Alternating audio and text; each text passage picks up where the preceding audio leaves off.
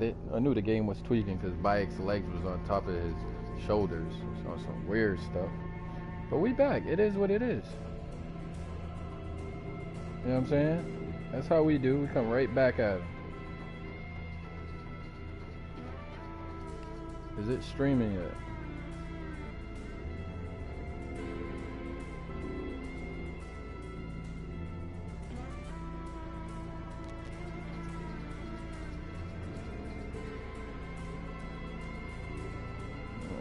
Had to come back with it, y'all.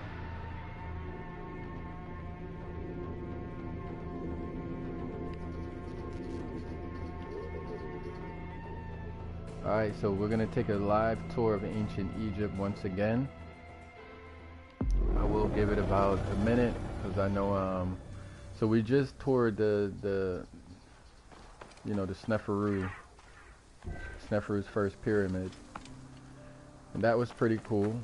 Let me give it a second so my friends could get back in here, because I know they were enjoying that last one, that last tour that we had. So you know, I'll give them time to get back in here. But let's see, what do we want to go to next? Get our passport, and we took care of one pyramid, so maybe we could see what daily life was like. You know, I don't want to go into pyramids too much. It might get a little boring. Egypt, the major regions: Memphis, Harlequin, Nome, Kyrenaica, Siwa. Alright, Siwa. Learn about hieroglyphs, how they evolved through time, and what they can teach us about ancient Egyptian culture. Yes, that will be a good one. So I'm thinking about that one. That's going to take us about 7 minutes. It's a 7-minute tour. Y'all want to learn about the hieroglyphs? We can also go to the Fayum Oasis, learn about the beginnings of modern archaeology. Okay. This one's in Siwa. Learn about the geography importance of the Oasis of Siwa. I really like learning about Siwa because it was represented as the indigenous people. You know, so I enjoyed that. But let's go into some daily life stuff as well. Let's see if I can find some daily life in Siwa, maybe. Alexandria, Green Mountain, Siwa. Here we go. Let's travel there. Let's go.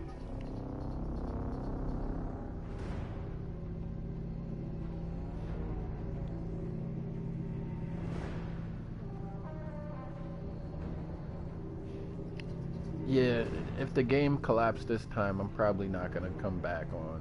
I'll probably do a regular live stream though, like an open panel type of thing. Okay, so now we're in Siwa with Bayek. We're touring daily life. Osiris, the first mummy. Understand the significance of the mummies for ancient Egyptians. Welcome to Osiris, the first mummy.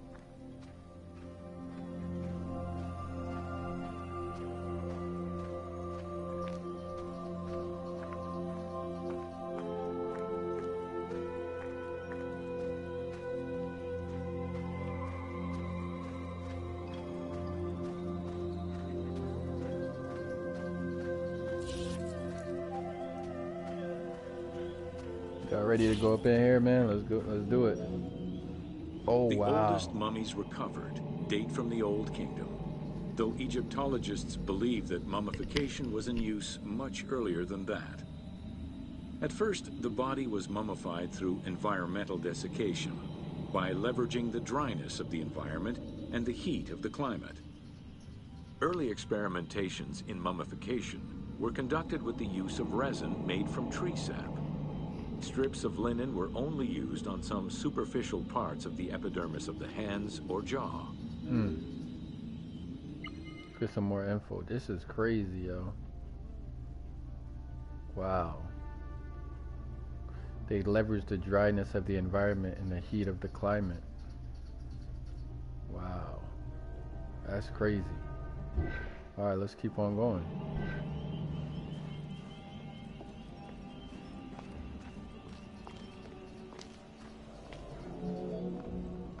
Ideologically, the will to preserve the body is not explained in any way until 3600 BCE. This is when the Egyptian belief that the body housed the soul was finally documented for modern Egyptologists to eventually decipher. It was not until the arrival of the myth of Osiris in the Egyptian religion around the 5th dynasty that mummification was thoroughly conceptualized. The practice was thereafter grounded in both a mythological and ideological point of view.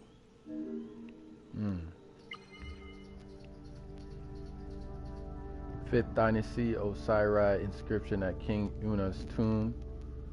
Okay. So, okay.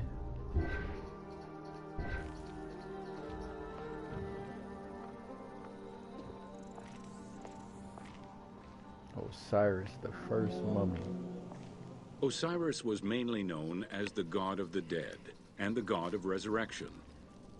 The most well-known Genesis myth concerning Osiris is that of his dismemberment. Oh, that's right.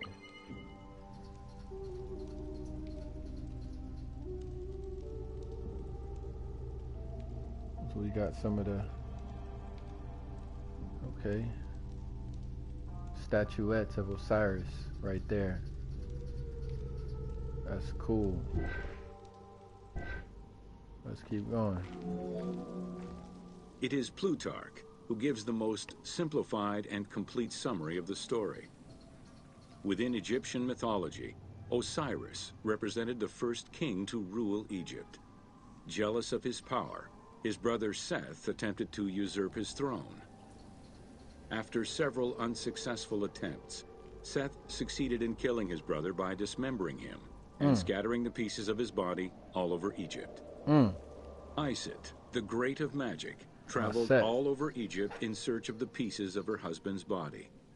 After a long search, she recovered all the pieces save for his manhood, as it was eaten by a fish. Let's get some more info. So I've always seen this one, right? This is a pretty popular one right here. Plutarch summarized this story.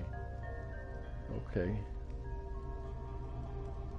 He represented the first king to rule Egypt, and his brother attempted to usurp his throne. Shaka almost made a short film on this. That was pretty cool. We might have to get him to come through to the table, man. Talk to us about some of this history. What y'all think?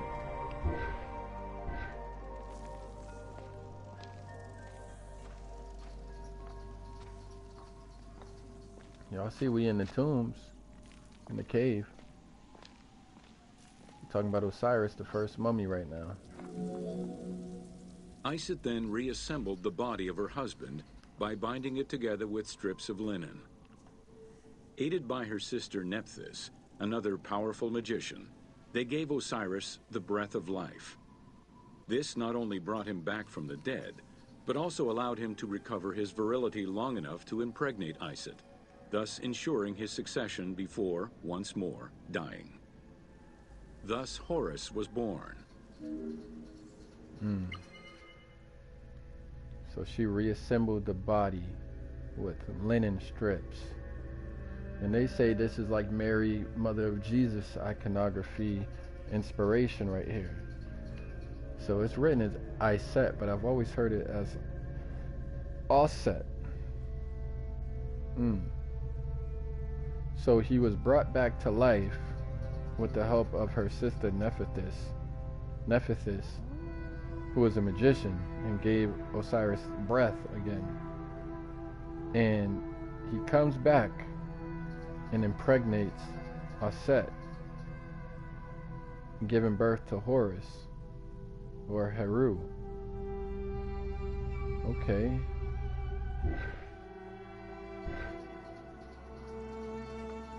Got one more here. The ritual used to bring Osiris back to life essentially depicts how he became the first mummy. It is why, on the sarcophagi of kings, we often find Isit and Nephthys represented as the magicians who restore life to the deceased.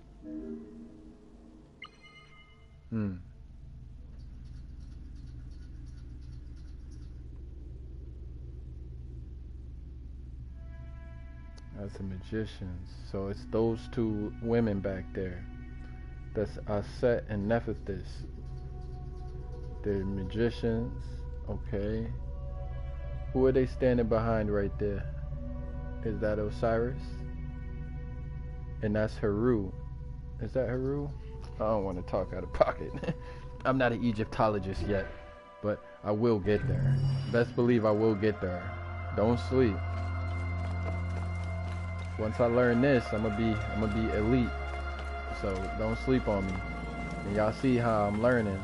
Y'all see I keep the fun in learning, right? Y'all see how I do it. We're not done yet. So now let's go into the Green Mountains, Marmonica. So we just learned about Osiris. That was a cool walkthrough right there. That made it real simple and easy for me, cause y'all know I'm a very beginner when it comes to this. So this is about mummification. What else can we learn? Learn about the various domesticated animals. Let's learn about the animals. I'm down with that. We're gonna learn about the animals in ancient Egypt, or Ptolemaic Egypt, I should say. Sound like a plan? Sounds like a plan to me. Who else y'all know will learn live through a video game? Come on now. Even when I'm playing, I'm learning. This is why we the most serious over here. Come on now, man. They can't do it like us. This is the RTG. Alright, y'all ready? Let me know when y'all ready. So, it looks like we in...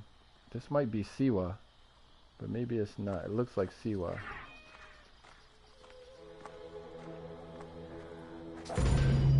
Welcome to Domesticated Animals of Ancient Egypt. Y'all see the cats? Look at the bull.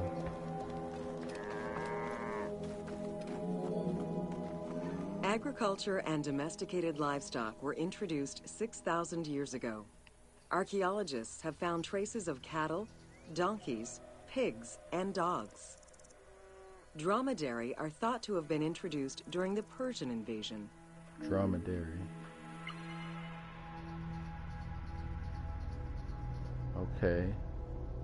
What's a dromedary? I ain't gonna lie to y'all, I don't know what that is. But during the Persian invasion. Okay. Are those dromedary? What's a dromedary? Are those just bulls? What is it? We're gonna figure it out. Learning's a lifelong process.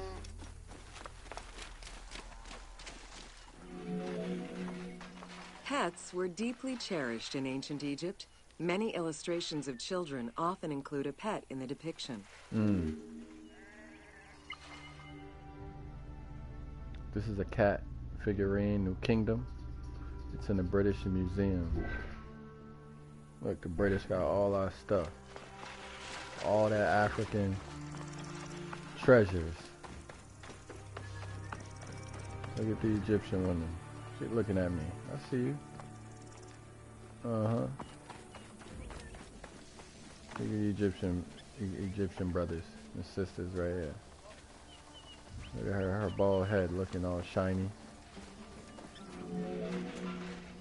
One of ancient Egypt's most iconic animals, the cat, wasn't adopted into their daily life until the Middle Kingdom.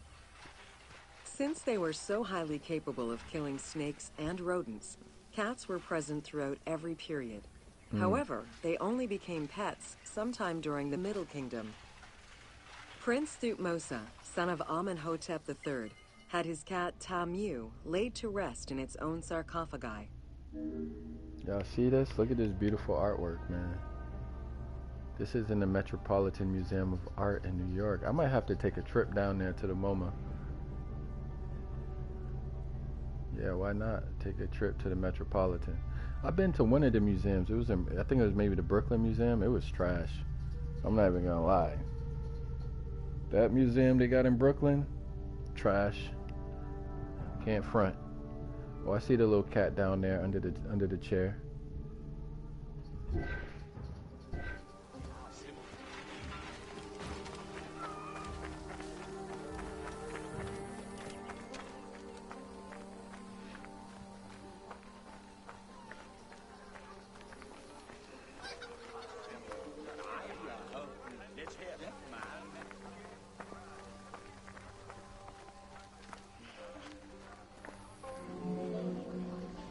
The earliest reference to dogs dates back to 5000 BCE.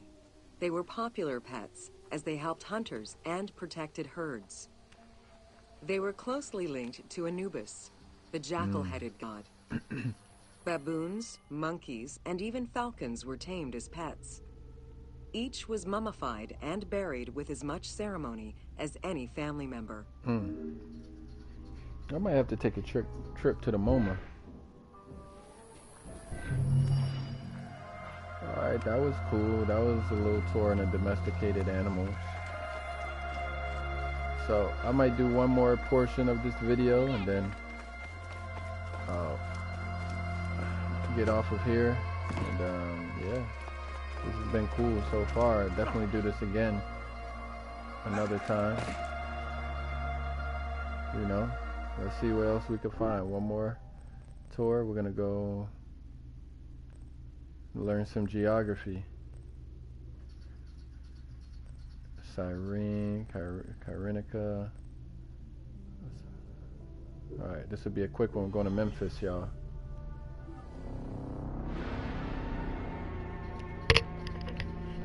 Thank y'all for learning with me. You know I like to learn. Play video games, saw the same thing. Saw the same thing.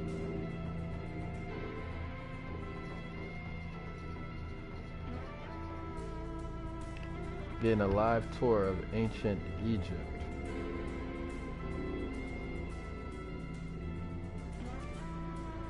Let's see what we can find here.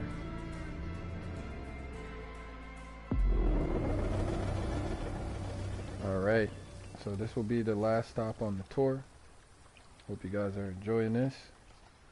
We will be back another night after we finish this tour. The major regions of Egypt. Let's start.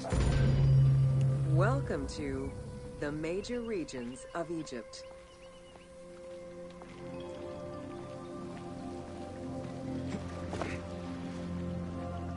Alright, we're gonna moor the boat, I guess.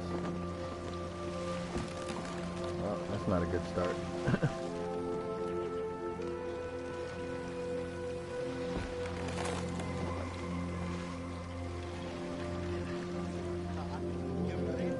The Nile. Life in ancient Egypt was concentrated along the shores of the Nile and divided into two regions. Lower Egypt was situated on the Nile Delta near the Mediterranean, and Upper Egypt was at the south reaching into Africa. Due to its proximity to the Mediterranean, temperatures in Lower Egypt were less extreme than in Upper Egypt. So here's the map. Lower and Upper Egypt. This is the Nile River. You see the delta at the top. Okay. All right.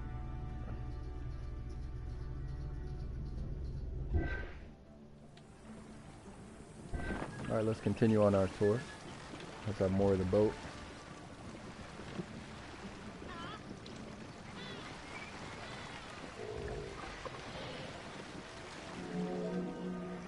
Until 3100 BCE and the unification of Egypt, each region had its own pharaoh and crown.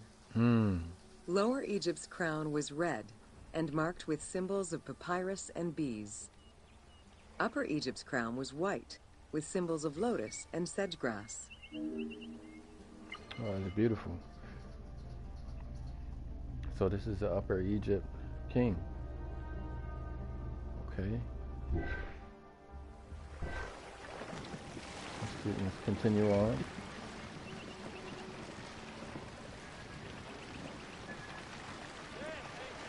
Who said you can't learn from playing video games? Who said it's not productive? Haters gonna hate. Both regions had competing major cities, most notably Memphis in Lower Egypt and Thebes in Upper Egypt. I see a step pyramid in the back. There were different religious cults in both regions, each worshipping their own major gods. Temple of Ptah, Memphis. Man, this city plan is fire, man. City plan is fire. Alright, I think we pretty much Wrapping up. We got one more stop, it looks like, on this tour. And this brother's in my way. Move your boat. Move your canoe, man. Let's see if we can go around him. He jumped out the canoe.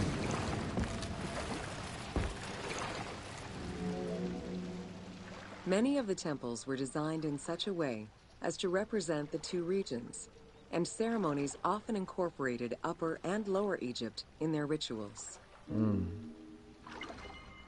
So it seemed like, you know, there was two separate groups of people that united together. You know, at one point in time they were separate. And that's the end of the tour.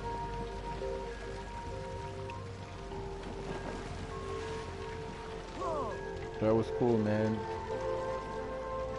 Let me see if I could go chat with the locals, you know. Let's go into this temple up here. Y'all see this up here? We're gonna go there. Just take a look and explore it. Is that Sobek? What god is that up there? I can't tell if that's an alligator or something different right now. Oh, that look like a calf. What's the name of the calf god? I don't even know.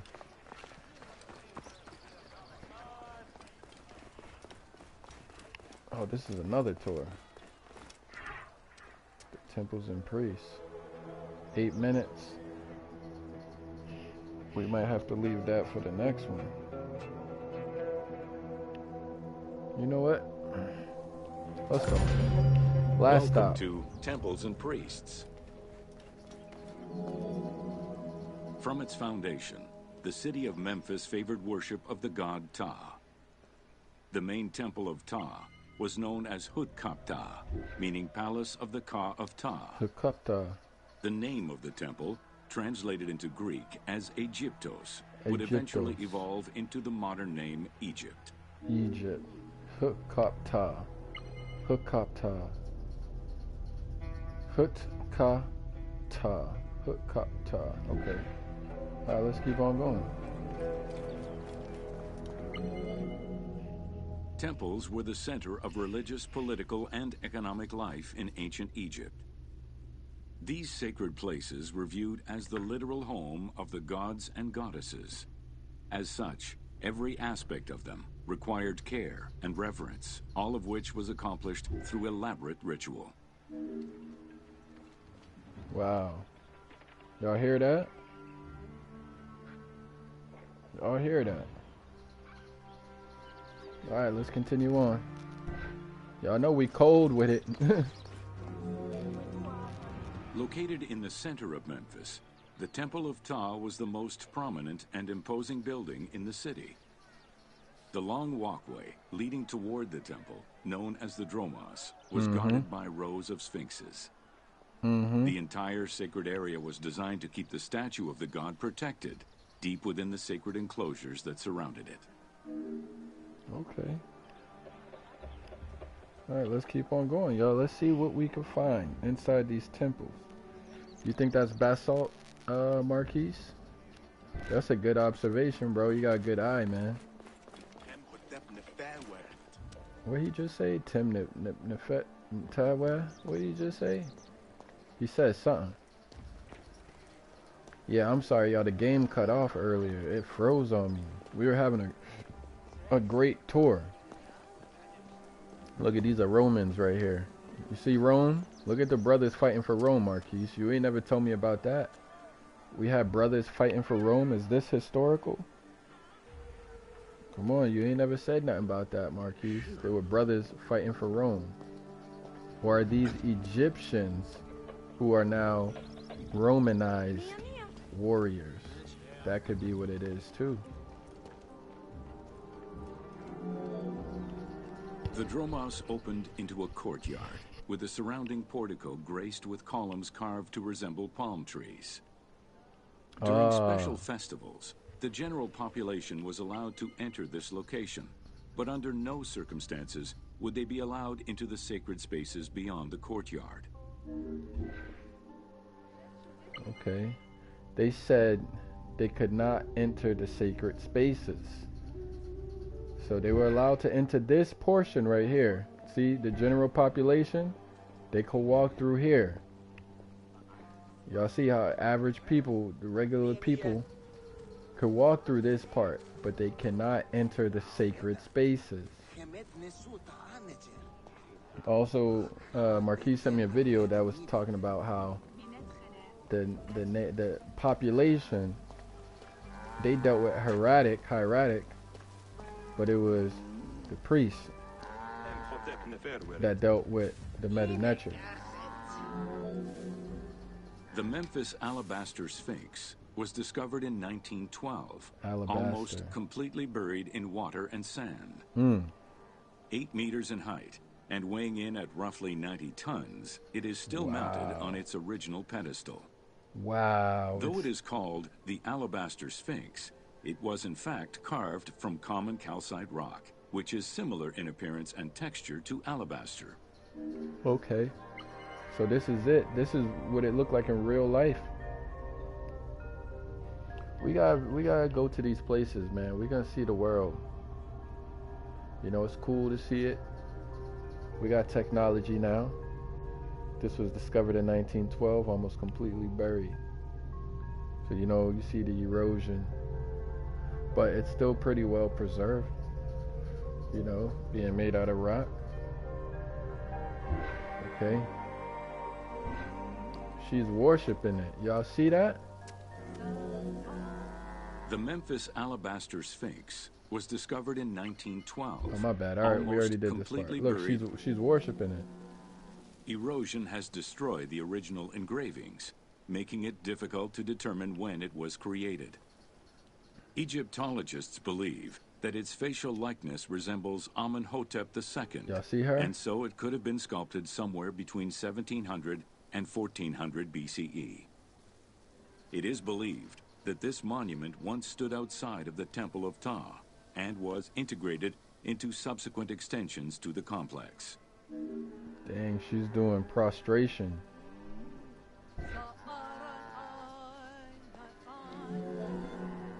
The size of the imposing sculpture reflects the importance it had to the temple during the New Kingdom.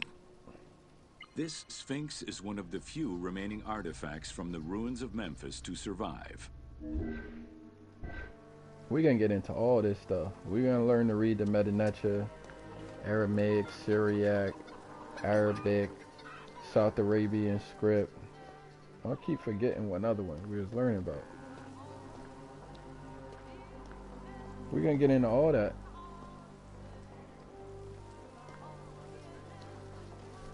What y'all think? See the walls? Now I'm starting to see less people back here. In Egyptian culture, some animals were associated with gods, while others were considered to be living gods. The Apis bull was believed to be a divine entity. The earliest mention of the Apis bull in ancient Egypt goes back as far as the first Egyptian dynasty. So this is a very old god. Okay. They prostrating to it. If we take a look, y'all see him prostrating to the Apis bull. She's saying a prayer. Oh, he's prostrating with him. Yo, I didn't know you could do that in here. Yo, look at him. Are you serious, Bayak? This is the first time I ever did that. Yo, that's crazy. He got down and started. He's making dua. He's making dua, yo. Y'all see him? Bayak really just made dua. He's wiping his face like the Muslims do. Oh, hell no. You serious, Bayak? I ain't know you was okay, I got you, bro. I ain't know.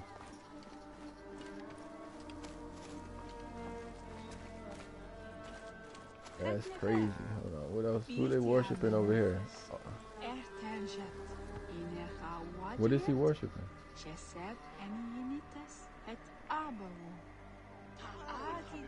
Do y'all see that?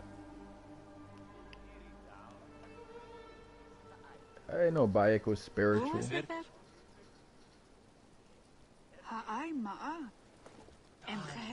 Alright, we did enough of that. Originally the symbol of fertility, the Apis bull was linked to the god Ra, with the image of the sun carried between its horns. Ra. Later it was associated with Osiris, the ruler of the underworld, thus becoming the funerary divinity Osiris. Osiris. During the 18th dynasty in Memphis, the Apis bull's association with the city's deity earned it the title Herald of Ptah. The Apis bull was so revered that even Alexander the Great, upon his arrival in Memphis, gave honor to Apis. That's interesting, man. You're picking up a lot of knowledge on this tour.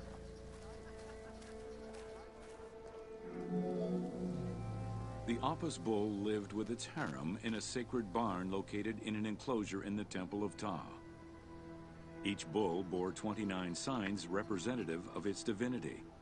Among them, the bull had an eagle-shaped mark on its back, a double tail hair, and a scarab-shaped mark under the tongue. The signs were intended to correspond with the lunar cycle. After its death, Egyptians would search for its reincarnated form among the livestock. Ah. Reincarnation. They believed in reincarnation, okay. Like other living divinities, the mortal incarnation of the Apis bull was prayed to, and when it died, it was given a luxurious funeral, which included mummification.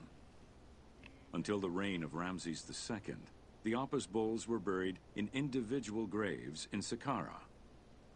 During the 26th dynasty, the bodies of the bulls were buried in enormous stone vats in the underground corridors of the Serapeum of Memphis. Y'all see the knowledge we picking up.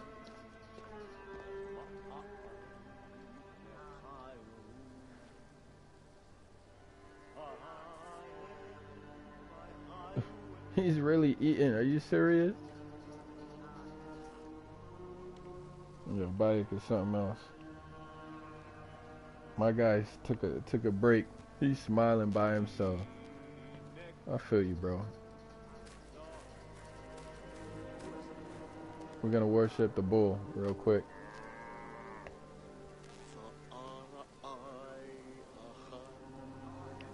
See Marquise sending me some links on the Discord. I see it, Marquise. I'm just, I'm in the middle of this tour right now.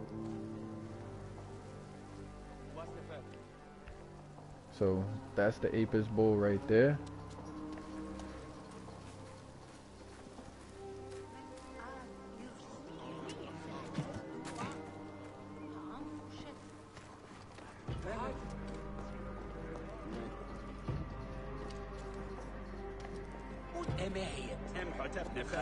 What is this deity? Is that another bull? Yeah, that is. That's the Apis bull again.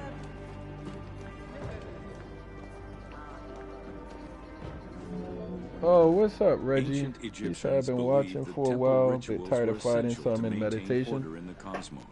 What's going on, Reggie? Between humans and gods. I got your back, bro. The pharaoh was required to bring offerings as part of a twofold promise made to the gods: to remain a just ruler and to prevent chaos from entering Egypt. The Egyptians believed that temple rituals were essential to maintain order in the cosmos and allow communication between humans and gods. Yeah, Reggie, with this Egyptian stuff, I'm a baby, so I'm literally learning through a video game, because I ain't never really learned too much about it, but so far so good, I think. Sakina teaches me a little bit as well. Details of the ceremonies found on temple walls provide a thorough overview of the stages of the daily ritual. Performed 3 times a day to mirror human mealtimes, each step of the highly symbolic ceremony was accompanied by specific recitations, you say it's good, it must be many decent. of which referred to mythical events. So it said, perform 3 times a day to mirror human meal times. This sounds very, when you read the Quran, prayer is mentioned 3 times in the Quran. Now it says the daily rituals are performed 3 times a day to mirror human meal times. Each step of the highly symbolic ceremony was accompanied by specific recitations. It sounds very similar to Islamic practices which would come later, many of which refer to mythical events. I think Marquise would agree. So who is this? Who is that? He looks familiar. This deity right here. Sakina, if you're watching, who is this deity? Marquis said the statues look like they're built of basalt. Basalt. Okay. Oh, that's Ptah or Ta. Ta or Ptah. Ta Ptah. And we was just learning about Hit Kupta, something like that. The high priest would first awaken the sleeping god with a chant. Then the seals of the shrine's doors were broken and the bolts drawn back. The act of swinging open the doors was a symbolic gesture where sight was granted to the deity. The high priest? The priest would then bow and kiss the ground. Oh, okay. The high priest would first awaken the sleeping god with a chant. Then the seals of the shrine's doors were broken and the bolts drawn back. Okay. You are in the holiest of holies? Well, I gotta remember, where am I at right now? I done forgot. Hold on. Can I get the map? Let me see where I'm at. What is this? Memphis. I'm in Memphis right now. Okay. So that's Memphis.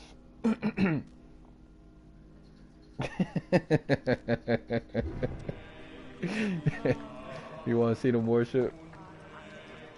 Oh, holiest of holies in Hutkut-Ta. The god was then washed with incense-infused water, and its mouth rinsed with mineral salts. Libation. The cleansing was followed by adorning the statue with jewels and royal garments. The final ritual. He looked like the dude, Hikupta, or the deity. Footprints in order to prevent evil from approaching the god. So,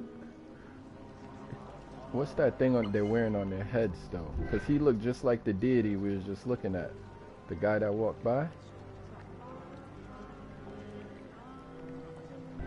Alright, let's see how many. We almost done with this.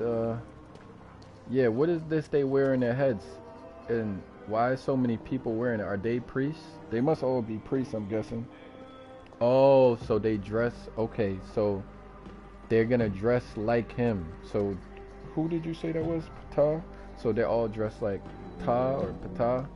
Heredity was the primary source of new recruits. Rarely was an outsider allowed this position. At the top of the temple hierarchy was the high priest. Now, why are they in blue? Each temple dedicated to a god had at least one high priest devoted to its care and service. During the Ptolemaic dynasty, Nepotism. one family held the position of high priest in Memphis for almost 300 years. Okay, so they practice nepotism, no outsiders. I think that's the word. Look, you see the Roman? The Rome? Okay. I'm seeing that color blue though, a lot. Okay. High priest candidates made their way up the ranks of the temple hierarchy. The one chosen to occupy the lofty position of high priest was usually confirmed by the pharaoh. Was Ptah a real person? Several of the high priests were also important that they officials deified in the later. Families sharing the highest priesthood titles tended to make many alliances, thereby gaining more land and wealth. Shifting balances of power sometimes resulted in more or less open conflicts between the priesthood and the pharaohs. Okay. It says something about the leopard skin too. What else can I do here? I think I got another stop. In the 21st dynasty, Thebes became the capital of an almost entirely theocratic government. The city was headed by king priests Theocratic. who spoke and governed in the name of the god Amun, Yeah. in open opposition to the ruling pharaohs. So I think These king priests caused a massive decentralization of power, known as the Third Intermediate Period. the third intermediate period, theocratic government. I'm wondering, would, in ideal terms, the nation of Saudi Arabia be a theocracy, like all those Islamic countries, or even some of the countries that were supposed to be built on the Bible in its inception? Are those theocratic? I don't know. Theocracy. I know that has to do with a theology. All men and The women educational in netter institution form. in ancient Egypt was known as the House of Life. Attended by the offspring of the elite and the clergy, it was a place tailored to the social status of its attendees. The earliest references to this type of institution date back to royal decrees of the Old Kingdom. Okay. I think I seen this on HOK one time, this statue. Reg says, yep, the priests usurped the crown. Priests made themselves kings, destroyed the bloodline. Now the priests take over. Ah, okay. See, I'm learning. The timeline's a little bit too vast for me as a beginner, but I'll pick up bits and pieces as I go along. And Reg, I keep hearing this Al-Qibalon stuff, but I still ain't see no primaries for it. But I digress. Only two known centers have been uncovered, one in the abandoned city of Akhetaten, and one at the temple of Ramses II on the west bank of Thebes. Inscriptions uncovered in those locations mention the names and titles of people who were connected with the House of Life. Look at little Shaka such Atmos, as a yo. chief physician and many scribes. Nah, I'm just playing. It is presumed that by the late kingdom, every temple had a House of Life. You think so? Reggie, you really think so, bro? Now, it might be. Now, because I could read the Arabic, I'm going to go into these Arab maps and see if I could find Al-Qibalon on there. So, fine. I'll take a look into the Arabs, but I just really haven't seen too many primaries on it. But I'll take a look now that you say that. I'll do that. Look at the youth. We see the Egyptian youth, yo.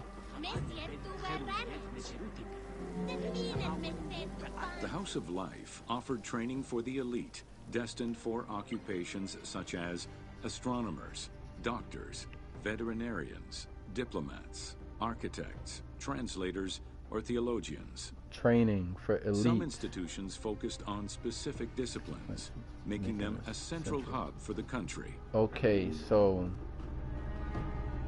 this center is specifically, okay, astronomers, doctors, vets, diplomats, architects, translators, theologians. Some institutions focused on specific disciplines, making them a central hub for the country.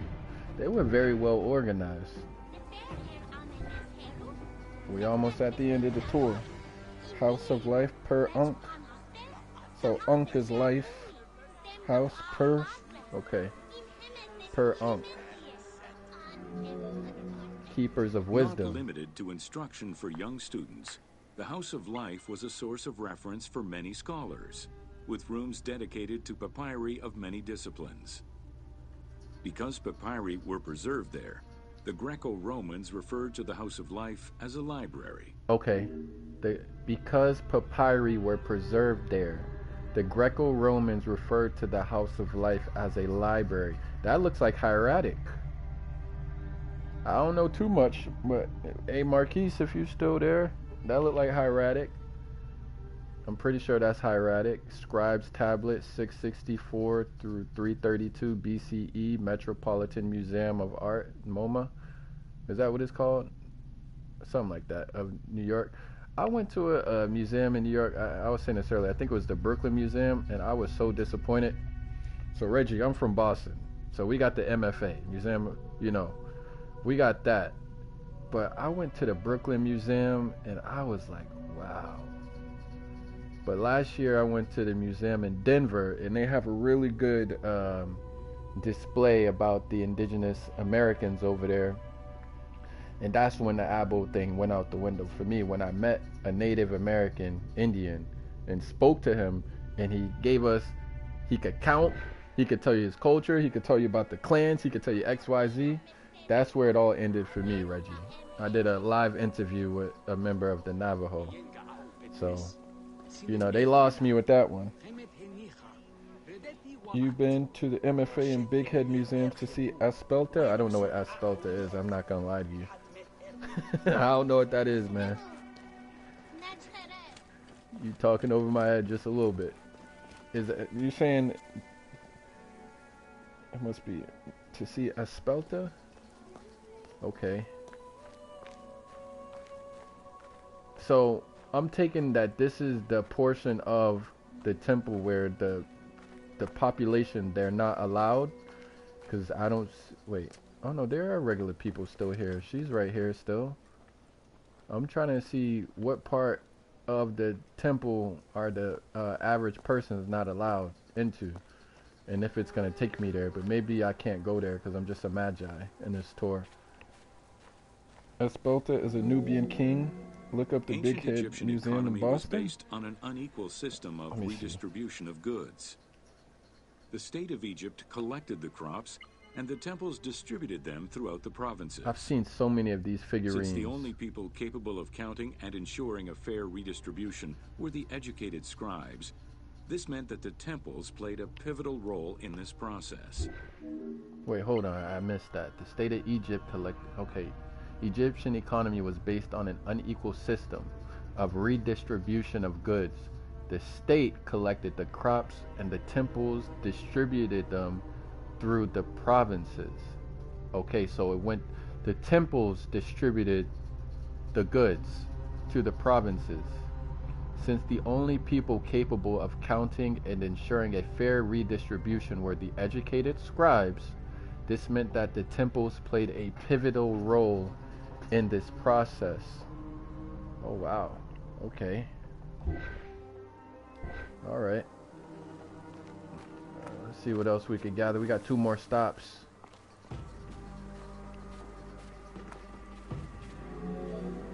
Temple of Ramses. There are records of pharaohs making offerings of large tracts of land and animals to temples in order to maintain their favor.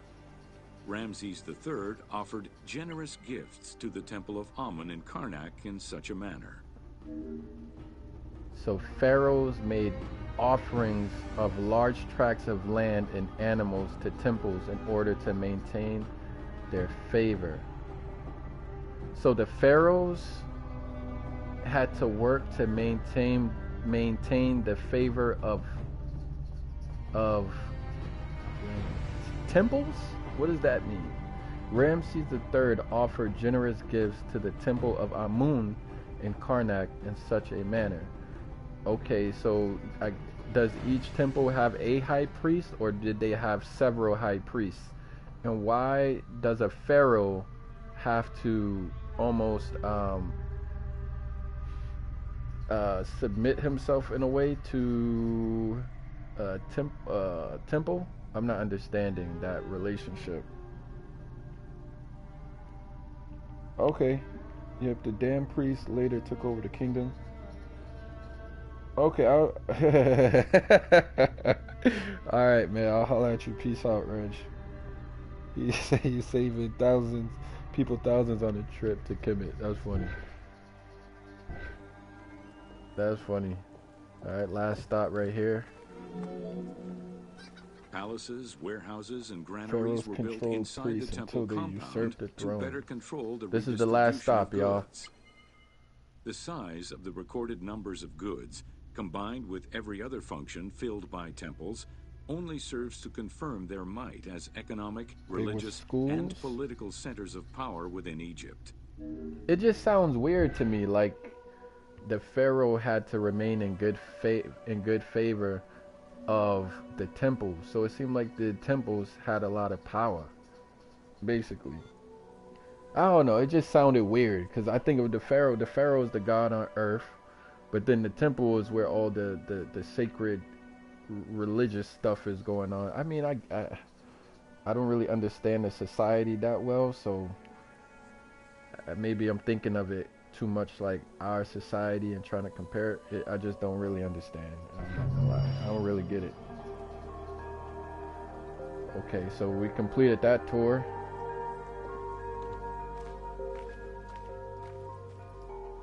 I'll keep learning though, but to me, the history of Egypt going back with like 5,000 years, it's kind of a lot. So, I gotta take it step by step, real small steps. Look, he's counting.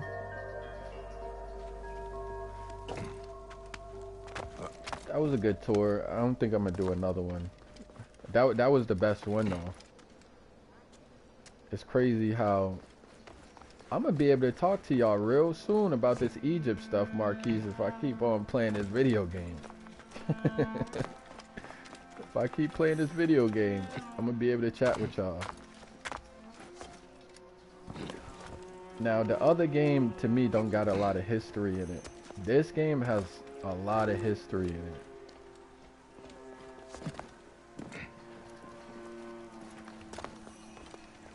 What time is it? 1 o'clock? It ain't that late. You know how I do. I'll get tired. I'll fall asleep for like 3 hours and then just be up. Yeah, that was Reggie. Yeah, them apples messing with Reggie, man. They keep messing with him. Disrespecting Reggie. Come on, man. Reggie's a nice guy. Leave him alone.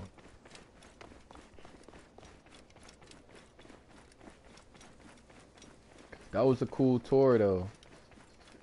It was heavy on the Apis bull. Very heavy on the Apis bull. That was cool, man. That was real cool.